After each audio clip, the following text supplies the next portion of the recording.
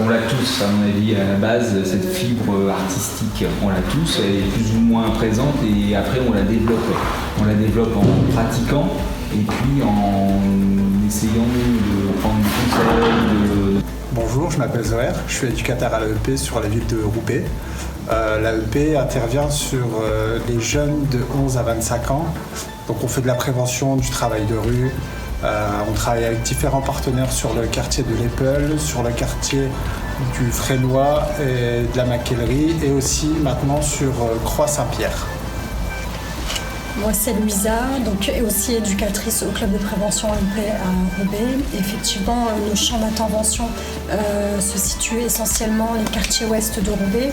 Et Zoher et moi, nous sommes des éducateurs engagés pour cette ville de caractère.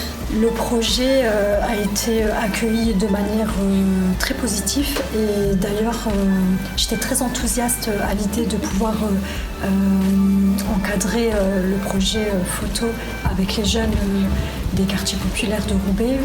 Parce que j'estime en tant qu'éducatrice qu'il est aussi important de travailler sur la culture et les pratiques artistiques.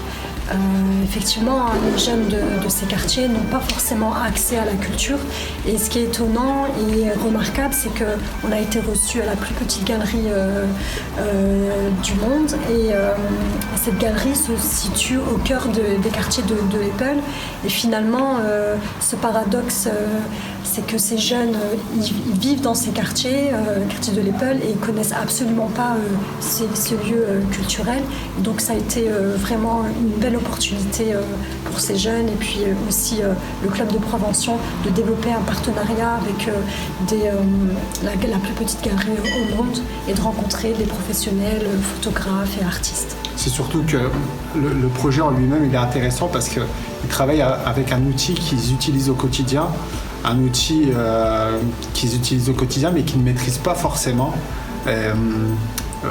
Pouvoir travailler avec un photographe professionnel et des smartphones, ça va aussi leur développer certaines compétences aussi, de pouvoir prendre des photos pour des événements familiaux, pour leurs propres loisirs ou encore pour leurs réseaux sociaux parce que on vit à un ère où ils vivent qu'à travers les réseaux sociaux.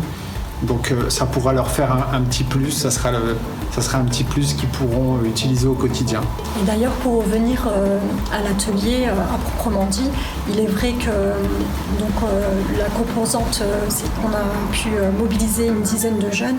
Au démarrage, ça a été un petit peu compliqué parce qu'effectivement, le photographe, il était amené à parler de technicité, il n'avait pas forcément ce vocable, etc.